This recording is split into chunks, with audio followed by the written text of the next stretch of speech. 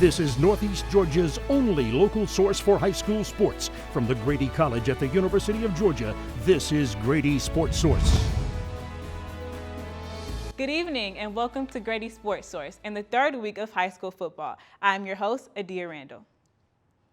Athens, Georgia will be full of football action this weekend. The University of Georgia Bulldogs will have their first home game of the season in Sanford Stadium tomorrow, and all 7 Athens high school football teams have a home game today. The only time of the season that this will happen. To start the show, I'm here with our analyst, Mayan Patel.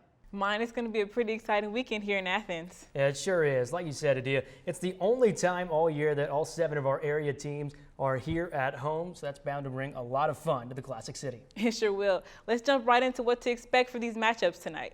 So first tonight, we'll have Athens Christian and Landmark Christian playing against each other.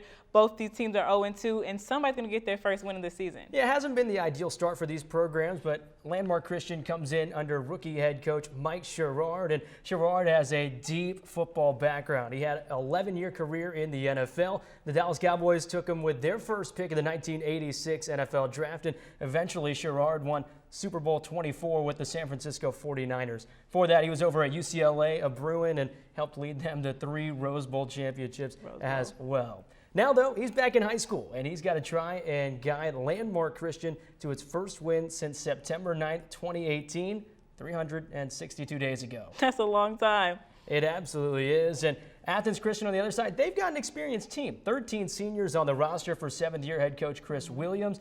And that bunch hasn't had a winning season since their freshman year in 2015. And last year, Athens Christian beat Landmark Christian for the first time since 1989. Wow. So if the Eagles can get it done again tonight, maybe that starts off a winning streak for the Purple and Gold before starting a tough region slate. I know they love to see that. So the second game we have is Oconee versus Spalding.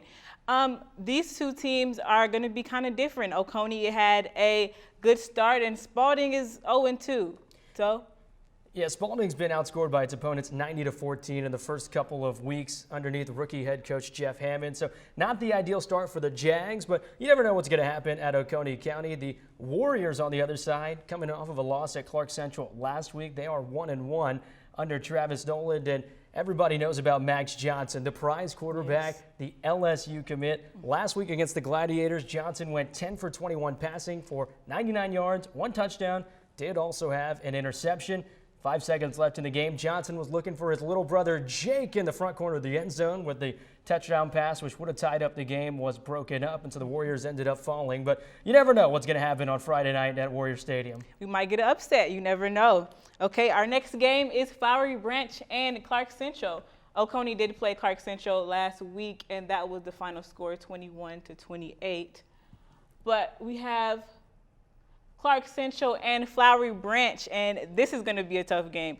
Both these teams are 2-0, so somebody's going to get their first loss. As matchup, power on power. Through the first couple games of the year, the Clark Central Gladiators have put up 72 points as a team, but Flowery Branch only won game 2 weeks ago against East Hall. They held the Vikings to -3 rushing yards, so Yikes. Not too bad for the Flowery Branch defense. Coming into the year for Clark Central, offensively, the biggest storyline that everybody knows about is O'Brien Barnett. The senior running back tore it up last year, and he's already put up big numbers this year. 230 rushing yards in just 2 weeks of play, but it's been the Isaac Ward show over at Clark Central's Death Valley. The Gladiator quarterback has been in complete command of the team's offense and connected with his teammates all over the field. 2 games, 8 quarters, 7 touchdown passes for Isaac Ward, and no interceptions. 2 of those touchdown passes to Jairus Magadia are in the record books for Clark Central. Against Winder Barrow in the season opener, Ward found Mac hustling down the sideline for an 87-yard pitch and catch for a score. That's the longest touchdown pass and catch in Clark Central history. 1 week later, the tandem back at it again.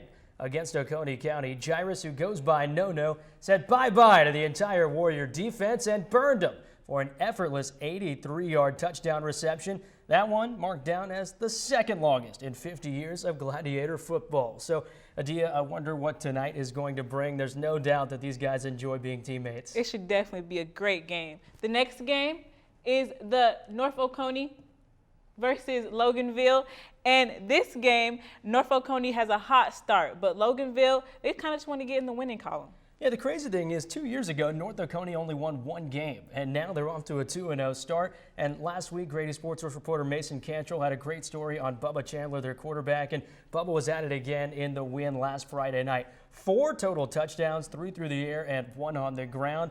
Loganville still trying to figure it out. They've lost to Morgan County and Monroe area, and last week it took them until the 4th quarter to pick up some points that weren't a field goal. So momentum not in favor of the Red Devils, but the Titans look like they're going to have this one. I mean, it could be anybody's game. You never know. The best game from last week was definitely Cedar Shoals and Winterberry, where they went into 4 overtimes, and the game was won 49-43. They're going to be back at it again tonight against Greenbrier, who didn't have a good start, but you never know. Yeah, Dia, you nailed it. That game between Cedar Shoals and Winterberry, maybe the most exciting one that we'll see in the area all year. 4 overtime thriller. It was tied at 21 at the end of regulation. The Jags end up pulling it out by 6, and really their workhorse has been sophomore running back Jardavian Colbert through 2 games, already 59 carries for 302 yards on the ground. Greenbrier, like you said, still trying to figure things out. They're not in the win column yet. Started the season last week at Statesboro when they were blanked 31-0, so kind of the opposite momentum of what you want headed to Waters Wilkins Stadium. Yeah, so the next game is going to be Prince Avenue and Wesleyan, and these 2 teams are tough. So they're both coming in 2-0. I don't know. Yeah, these teams have some history. They played twice last year, and the last time they played was in the 2nd round of the playoffs, and Prince Avenue ended up winning twice last year that they beat Wesleyan, and everybody knows about Brock Vandagriff. We'll have a great story coming up later about him, but Vandagriff has continued to put up numbers this year for the Wolverines. He had 210 yards through the air last week and 3 touchdowns in a win over Whitefield Academy. Wesleyan, though, they're 2-0 and a deep bunch of returners that have guided it to a 2-0 start. It's sophomore Cooper Blauser, a running back that's led the group last week in the win. 3 touchdowns, an 88-yard return, punt return for a touchdown. He caught a 5-yard pass for a touchdown, and he also ripped off a 23-yard run to find the end zone. So safe to say this one's going to be a fun one. For sure. Our game of the week features Athens Academy Spartans and Stevens County Indians. Later in the show, we'll dive into what to expect tonight in that game. I'm looking forward to all the action that's going to go down tonight, but obviously we can't go to every game.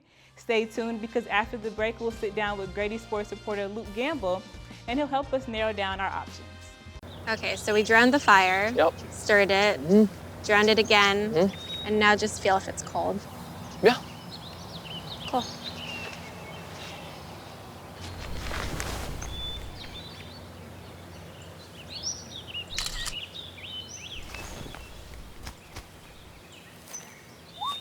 Smokey just gave me a bear hug.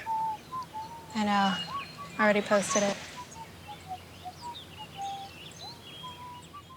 Take a look under your bed. Find stuff under there? What about jobs? No? Now try your closet. Still no jobs? Just more stuff? Well, you really have both. See, stuff is defined as household articles considered as a group. Sometimes this stuff is no longer needed. Wait, no longer needed? That can't be right. Because remember those jobs you were looking for? Those are really needed, and they're the stuff inside your stuff. Our job is to unlock those jobs, and it starts when you donate your stuff to your local Goodwill. Here's how we do it. When you donate to Goodwill, we sell your stuff to provide job training for people right here in your community. So just by teaming up with Goodwill, you help create jobs. And isn't that worth parting with the leftover keytar from your 80s cover band? Goodwill. Donate stuff, create jobs.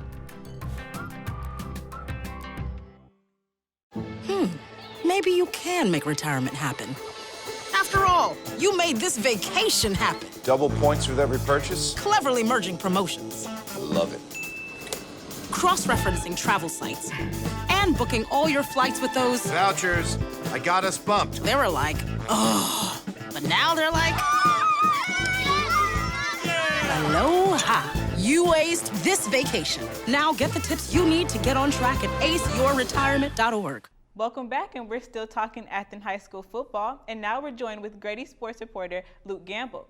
There are 7 games in Athens, and we can only go to 2, so we're going to see which one we can decide on. Luke, where would you have for your first half of football? Okay, if I got to pick the first half of football to go watch, I think I'm going to go to Prince Avenue. It's a battle of the Wolves versus the Wolverines, and I think Brock Vandagriff is going to lead his Wolverines to a strong first half. Last year, they scored over 40 points twice against Wesleyan, and I think they're going to do it again. This game will be over with by halftime. No way that game's over by halftime. They met in the playoffs last time, and Wesleyan wants some revenge. That's going to be a close fight to the finish. For me, for the first half, I'm heading up the road to Clark Central. At Death Valley, I want to see the Gladiators take on Flowery Branch. Isaac Ward, quarterback for Clark Central, 7 touchdown passes so far in just 8 quarters of play. More importantly, no interceptions. And Flowery Branch's defense has been lights out, so I'm going to Death Valley. Okay, well, I have to agree with Luke on this one. I'm going to Prince Avenue. Man, thank you. But where would you go for your second half, Luke? All right, second half, I'm going to have to take a page out of mine's playbook, and I'm headed to Clark Central. You mentioned it, the offense. I'm excited to see what they can do, but Flowery Branch's defense last week, -3 yards rushing. I'm excited to see what O'Brien Barnett can do against that tough challenge, see if he's up to the task.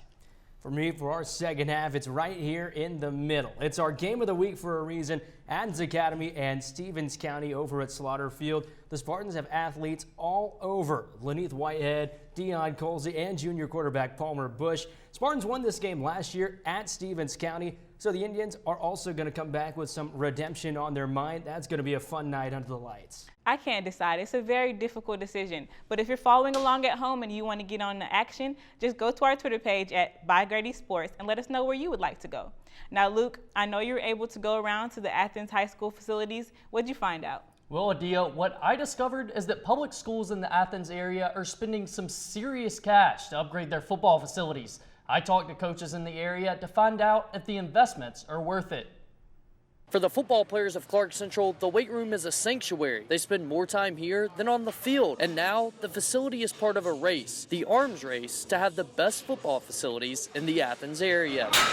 You got to keep up. I mean, you know, you can't compete if your facilities aren't up to snuff. Perno and athletic director John Ward said that up until recent years, their facilities weren't at the top of the line. The weight room is still part of the original school, which opened over 65 years ago, and the Gladiators have been playing on the same field since the 1950s. But now, that's all changing. Our practice field and stadium fields are used by our soccer program and our football program. You know, the two areas just take wear and tear, and we have you know, with that, the artificial turf holds up better. Since Perno took over at Clark Central 3.5 years ago, the program has gotten a renovated locker room and weight room, and soon they'll add an artificial turf field and new track.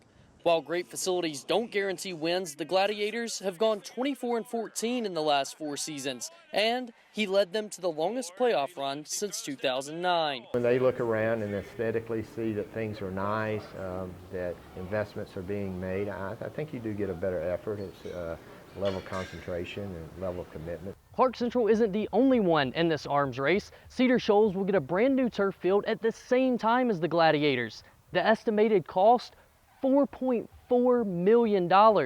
Across county lines right here in Oconee, North Oconee High School and Oconee High School upgraded to turf fields last year for a combined $2.5 million.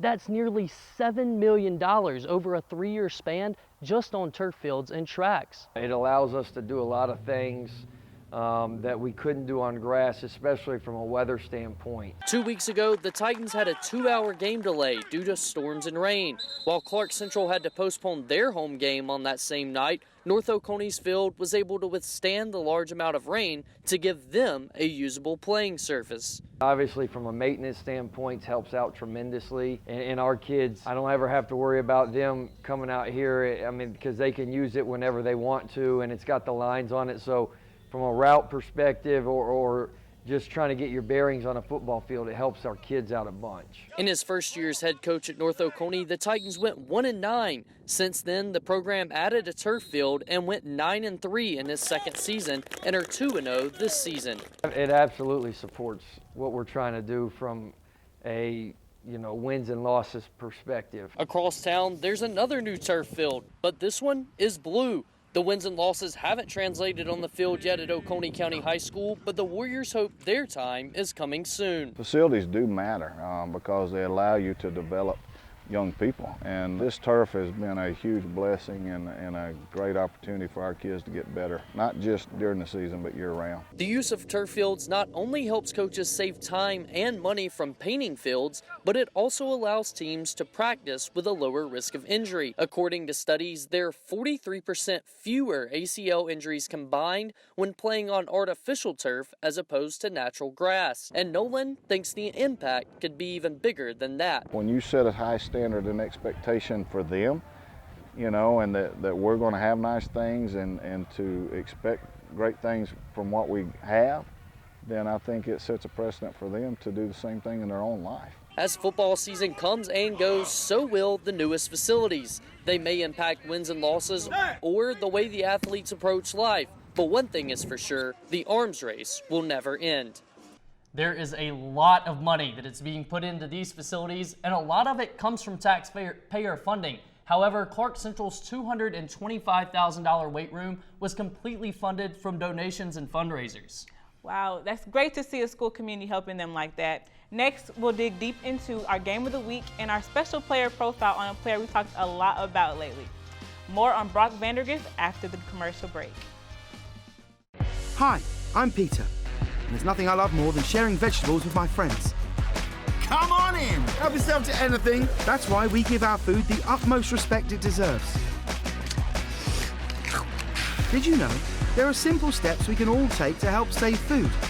You can cook it, store it, even share it. Just don't waste it. Because when it comes to food, better ate than never. To learn more, visit SaveTheFood.com. You think getting dumped by text is harsh? Try getting dumped by a tennis ball. My ex-owner drove me out to the woods, yelled fetch, and by the time I brought the ball back, he was gone. Yeah, I was pissed. But the folks at the shelter helped me let go of my anger.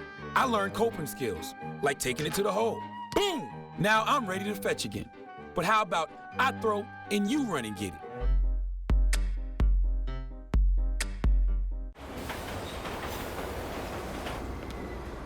Attention travelers, next Tuesday a major power outage will cause complete chaos throughout the city. Food, water, and phone service will be in short supply. There will likely be panic citywide. Stand clear of the closing doors, please. Disasters don't plan ahead. You can. Talk to your loved ones about how you're going to be ready in an emergency. Don't wait. Communicate.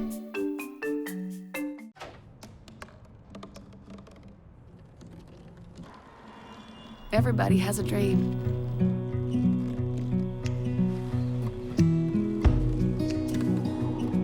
Mine was to see the ocean. And with a little help, I made it.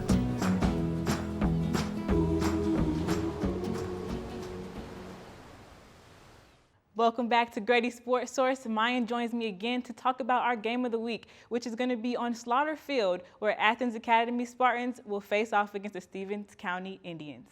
We were out there at Athens Academy a few days ago after practice to let the players know that this would be our game of the week, and man, Adia, they were pumped. Check it out. Hey guys, Mike Patel here at Athens Academy. We're getting up for our game of the week this Friday night when the Spartans will host Stevens County right here. Get excited. Charter Channel 181 Friday at 5. We'll have all the action for you. Yeah!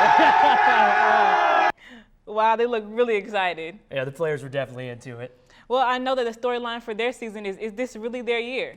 Yeah, absolutely. Those expectations are looming. Athens Academy, a perennial powerhouse in the single-A private division. But head coach Josh Alexander has built the Spartans into a good team, and they're off to another solid start. 1-0 on the year, and right now ranked the second-best team, like I mentioned, in that single-A private classification. So the Spartans off to a good start.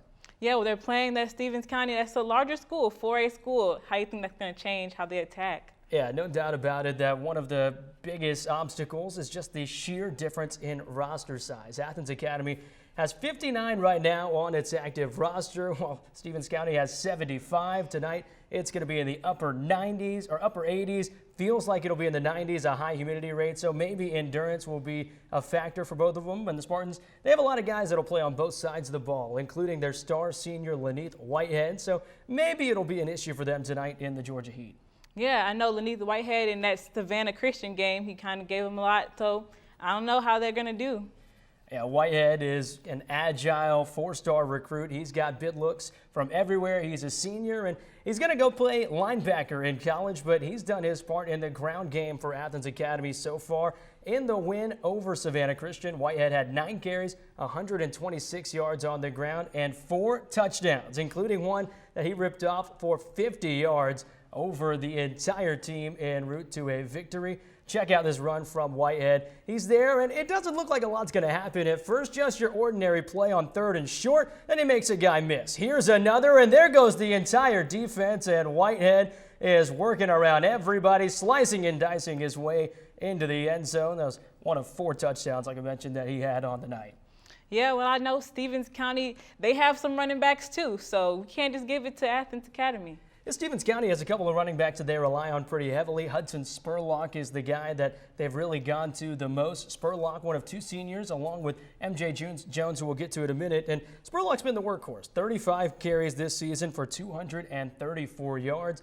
In the season opening win against Franklin County, Spurlock, he found the end zone 5 times. And then last week at Hart County, another 70 yards on the ground for Spurlock. He's there in the backfield, and most of the plays he ran were to the outside. This one between the tackles up the middle, picking up some good yardage. He has also been a guy that's been effective in the return game. Here he takes a kickoff back for a pretty big gain to pick up good field position for Stevens County to begin that next drive. So Spurlock a weapon on multiple sides of the ball for the Indians. Well, they can't focus just on Spurlock because they have MJ Jones back there too, so I don't know what they're going to do with him. Yeah, MJ Jones has been the guy that if Spurlock's gotten tired or if Stevens County just needs a couple yards here or there, has gotten the carries. Another senior, a guy that is experienced on this Indians team, 22 carries this year for 204 yards. Not as many touchdowns, but has still proven to be effective. For Stevens County, the big thing will be, can they keep the penalties to a minimum? 9 penalties for 93 yards so far this season, which is not ideal. But if they can minimize the penalties and those 2 backs get their fair share of work, should set up for a fun, competitive matchup at Slaughter Field. It will be an exciting night at Slaughter Field, and the Indians will try to spoil Athens Academy's quest for their 3rd straight undefeated regular season. Now, let's talk about another private school. Prince Avenue Christian is home to the #1 rated high school quarterback in Georgia. Grady Sportsource reporter Anna Catherine Alderman is in the newsroom to tell us more. Thanks, Adia. Sharaya Slada and I met with Brock Vandagriff and his parents on Monday and just wanted to get to know him as a person and not this top quarterback that everyone seems to know. And surprisingly, he almost chose to focus on baseball instead of football, so he wasn't really expecting all of this attention. But now that he has, he's just trying to stay humble and focus on playing football.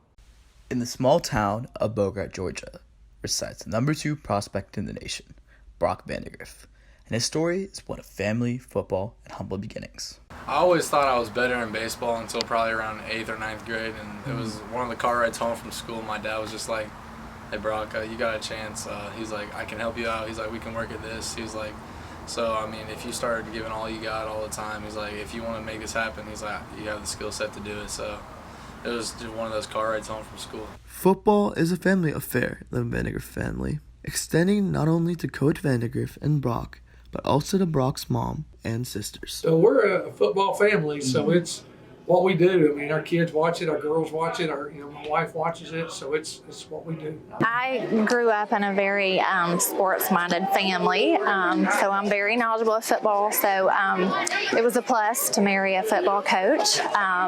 So I've been tossing the ball with Brock since he was able to be outside on his own. And then our girls probably know more about football than most men do. While they try to keep a separation between football and family, sometimes that line begins to blur. On the field, I'm the coach, and in the car, I'm your dad. And it's, we walk across those lines. I mean, we're not going to talk anymore about football or baseball or whatever unless you want to talk about it. If something happened at practice, I'll go home and my mom will be like, "What's wrong?" And I'll tell her, I'll tell my side of the story, and then my dad will tell his side of the story, and we'll talk about it. Brock is more like me, so I listen to him when when he gets frustrated sometimes with Dad, and then of course I listen to Greg when he kind of gets frustrated with our son. So I try to listen. I try not to take either side and trying to understand both of them. But yes, sometimes that comes home a little bit. Despite all this attention, Vandagriff tries to remain humble and maintain the values he's learned from his parents. I don't know, I keep a little saying in my Twitter and in my Instagram stuff, just no hype, or no hype, just ball. Just cause like you don't really say much on the field, it's just unnecessary. So just kind of go, keep your head down in school, do your work. Teacher gives you free time, do your work. School or on the field, just like you make a great play. Hey, good job, man, good job. Just stay humble through it all. Over the summer, Vandagriff verbally committed to play at the University of Oklahoma in the fall of 2021. Me and my dad, we talked about it a lot, and we were deciding that, like, if the NFL is what I want to try to do when I'm older, that just looking at the long-term goals, just Lincoln Riley knows what's going on. So if I have to suck it up for 4 years and go to Norman, Oklahoma, then just to be with him, then that was what we were going to do. Coach Vandagriff reflected on his pregame ritual with his son, Brock. Brock and I sort of go through this little thing with like his pads and just make sure his jersey's on right or this tucked in. It's one of those things he likes, and so it's just one of those things we do. Whether Brock Vandagriff is under the Friday night lights in Bogart, Georgia, or in Norman, Oklahoma playing in front of the Sooner faithful, he's just trying to be true to himself and embody his family values while taking every day one step at a time. Brock and his dad told us that they're really hoping to win a state championship this year. And after their win last week over Whitfield Academy, they're on the right track. But as y'all mentioned earlier, they do have a tough game tonight against Wesleyan. Thanks for that story, Sheree and Anna Catherine. We'll be looking forward to a fun night of high school football around Athens tonight. Don't forget to follow By Grady Sports on Twitter and Instagram for our Grady Sportsource show content. For updates on all area high school sports, tune in to the Athens Banner Herald weekly podcast, Best of Preps. For Mayan Patel and the rest of our terrific Sportsource crew, I'm Adia Randall. Good night and thanks for watching.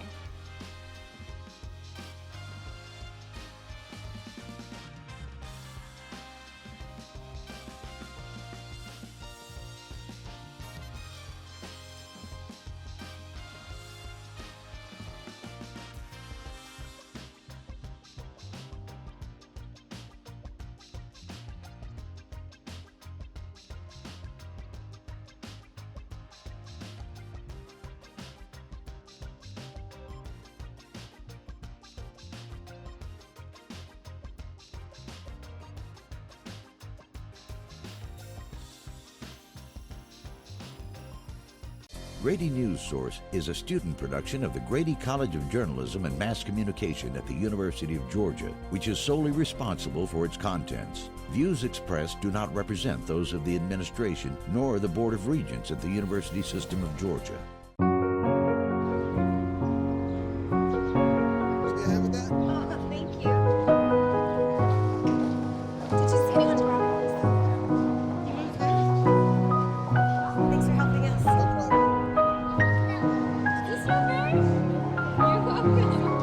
We'd do anything for kids. Yet 1 in 6 children in the U.S. struggle with hunger. Help end childhood hunger near you. Learn how at feedingamerica.org.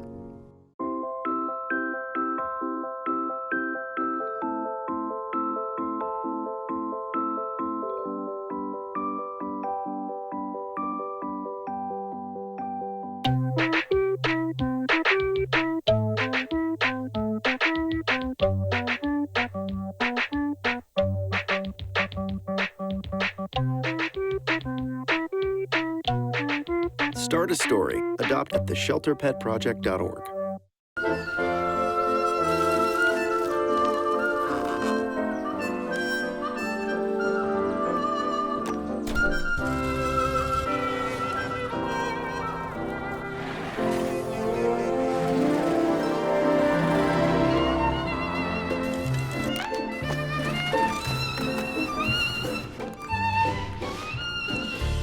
I love